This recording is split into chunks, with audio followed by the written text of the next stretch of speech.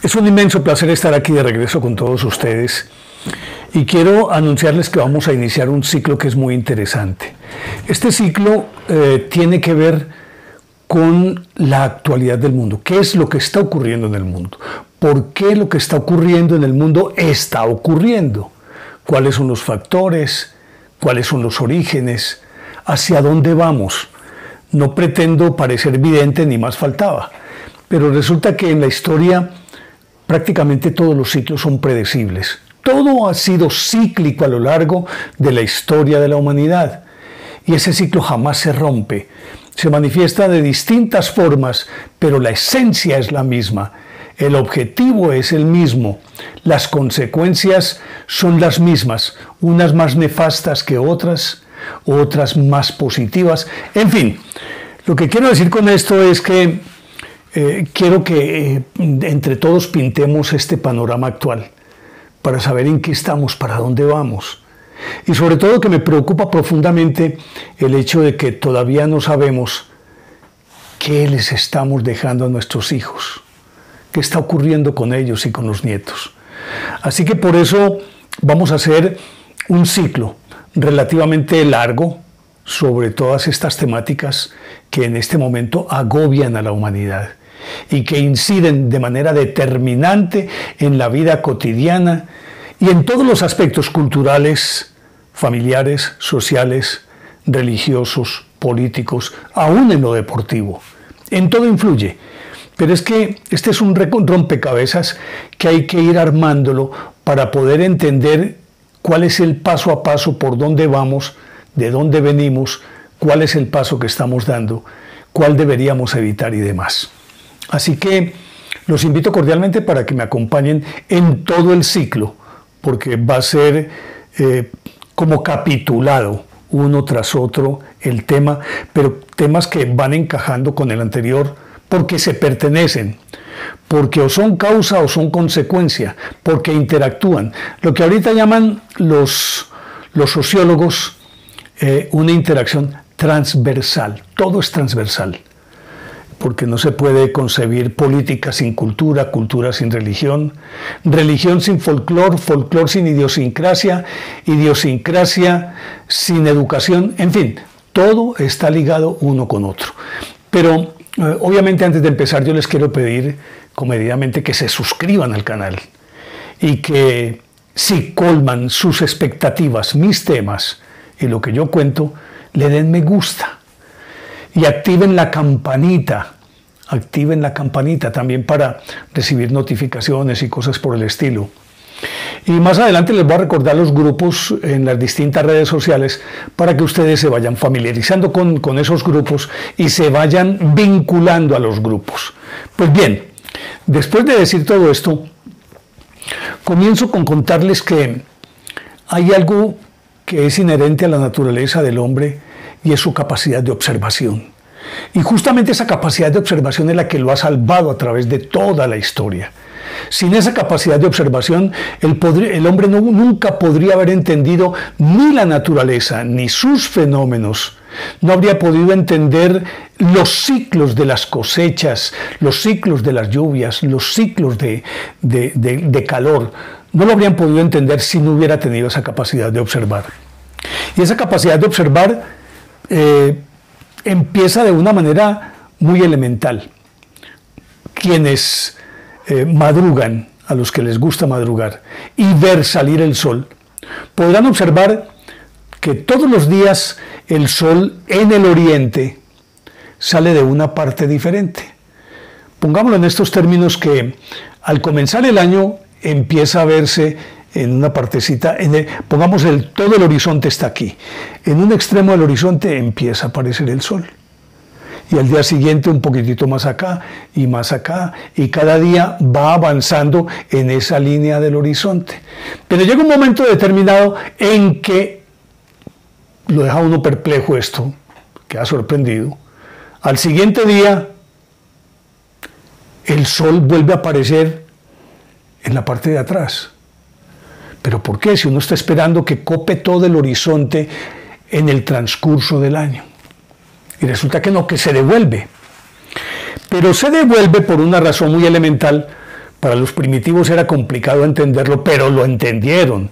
Y esto que sabemos hoy es legado de ellos. Resulta que como la Tierra va en una órbita que es relativamente elíptica, no es redonda, sino elíptica, pues resulta que en su movimiento sobre su eje, al girar sobre sí mismo, se va bamboleando, empieza a cabecear.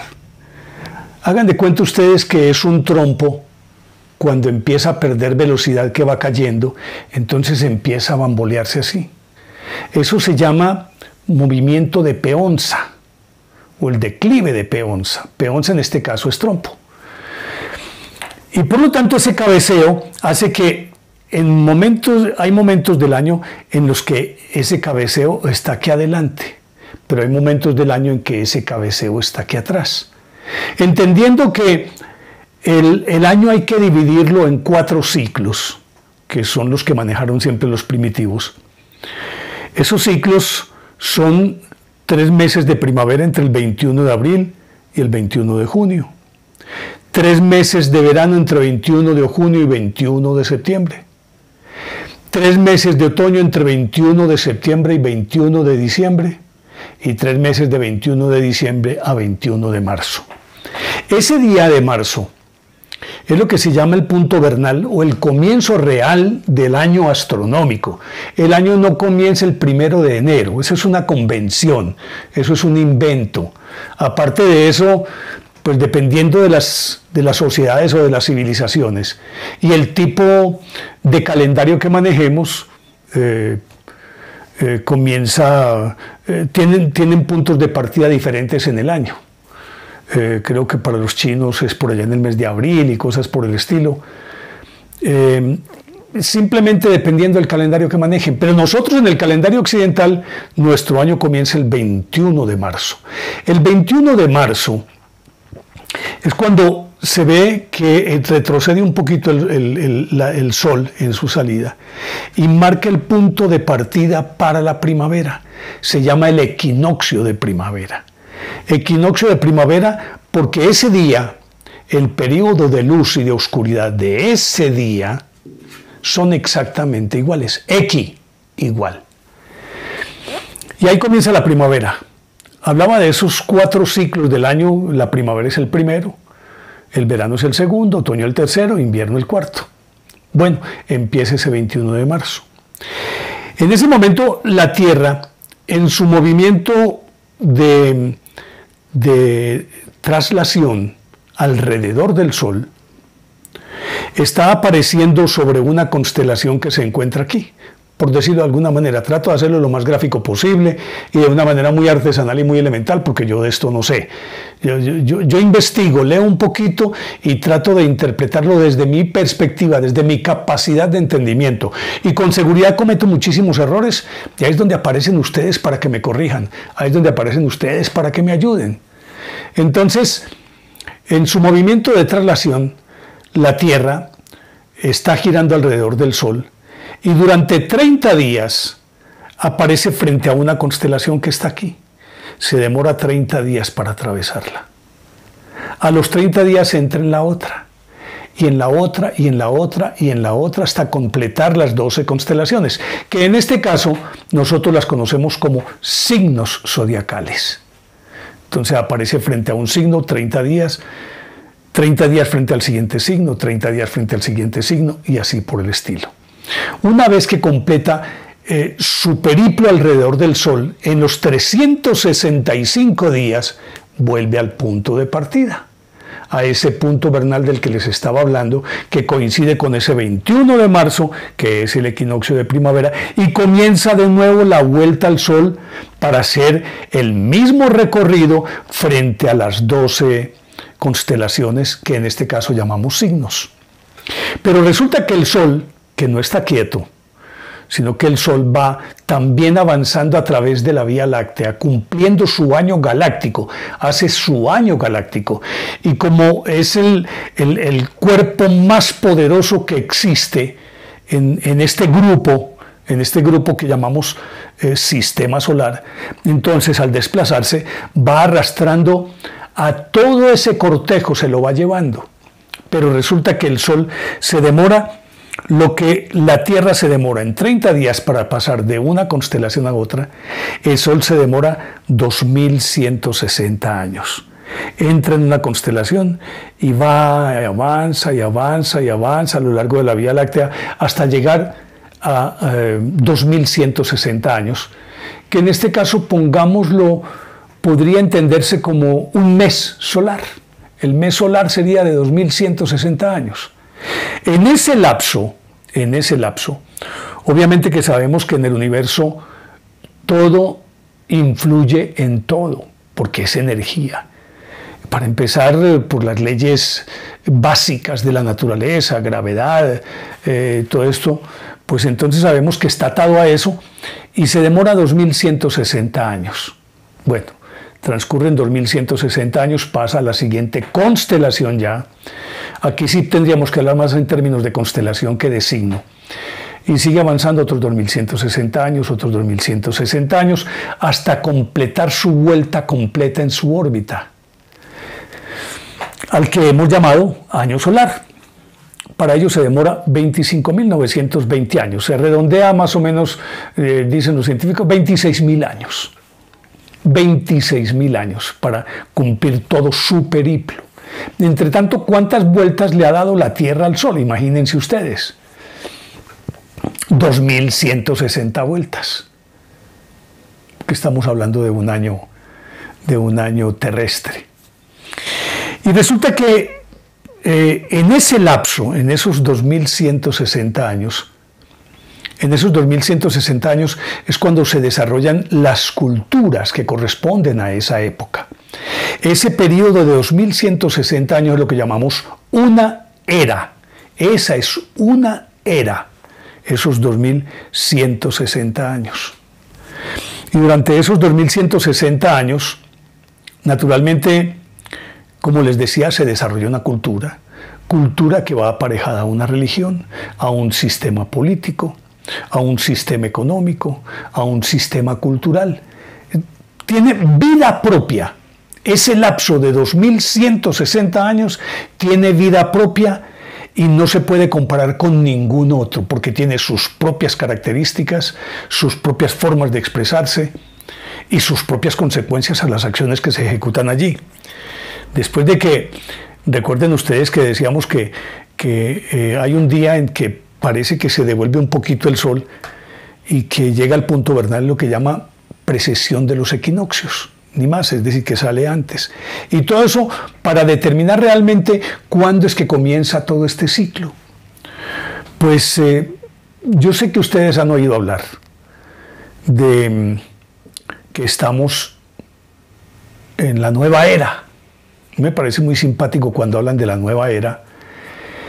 Y casi que sin mediar ninguna concepción de tipo astronómico, la gente simple y llanamente se remite a la creencia de que esta nueva era, que seguramente la asocian con el comienzo de una época o con el comienzo de un ciclo, eso es innegable, lo asocian más con que entonces, como sucede actualmente, entonces esta nueva época trae otro tipo de rituales, entonces las aguas amarillas, verdes, azules, las velas blancas, moradas, rojas, la ropa yo no sé qué, el fanatismo por el Feng Shui, que entre otras cosas tiene un sustrato que es verdadero y que es lógico, es decir, funciona, el Feng Shui funciona, porque está en función de encontrar el equilibrio de las energías que están flotando. Hasta ahí está bien.